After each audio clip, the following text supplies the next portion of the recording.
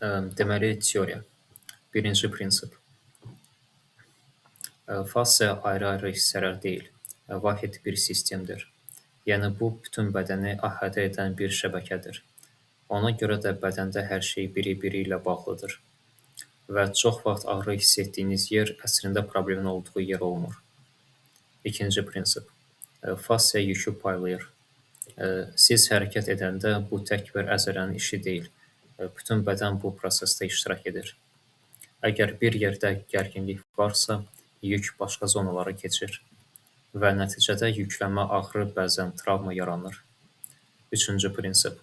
Bədən təkrara uyğunlaşır. Siz nəyi tez-tez edirsinizsə, bədən ona uyğun formalaşır. Bu hərəkətlərə də aiddir, duruşa da, gündəlik vərdişlərə də. Amma burada bir məqam var. Bədən bir istiqamətdə güclənir, digər istiqamətdə isə bağlanır. Dördüncü prinsip. Fasya bərpa oluna bilir. Bu, canlı toxumadır və dəyişmək qabiliyyəti var. Amma o, özü-özünə tam sərbəst vəziyyətinə qayıtmır. Ona görə onunla işləmək lazımdır, bədən vasitəsilə. Və bu, o deməkdir ki, siz real olaraq vəziyyətinizi dəyişə bilərsiniz. Beşinci prinsip. Fasya yığıla bilir. Onun daxilində əzələ kimi davranan hüceyrələr var. Üstəlik, o yapışa bilir və əzələlərin hərəkətinə mane olur. Yəni, bədəndəki gərginlik çox vaxt təkcə əzələrdən gəlmir. Altıncı prinsip. Bədən daimi tonus var. Siz heç nə etməsəniz belə, fasya müəyyən gərginlikdə olur. Bəzən bu artır və hipertonusa çevrilir. Və siz sadəcə boşala bilmirsiniz. Bu vəziyyət sizin duruşunuza, hərəkətinizə və ümumi hissinizə təsir edir. Yeddinci prinsip. Fasya psixika ilə bağlıdır.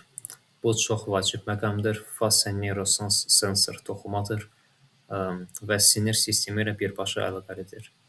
Yəni, emosiyalar təkcə başda deyil, bədəndə də yaşayır.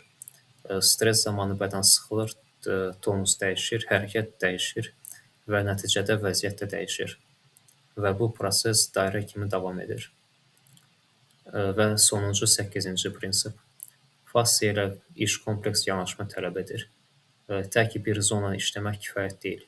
Eyni zamanda psixoloji vəziyyəti dəyişmək istəyirsinizsə, bədəni də nəzərə almalısınız. Ən effektiv yanaşma bunu birlikdə işləməkdir. Yəni, bədən, diqqət, hissiyyat və psixoemosional proseslər. Qısası desək, fasya sizin bütün psixoloji və fiziki problemlərlə bağlıdır. Fasyada problem olanda psixikada və emosiyalarınızda problem ola bilər. Onun üzrə düzgün işləsəz, özünüzü daha yaxşı vəziyyətə gətirə bilərsiniz, kimdə problem varsa.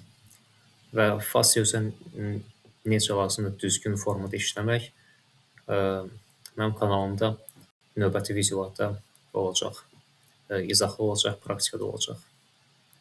Sağ olun.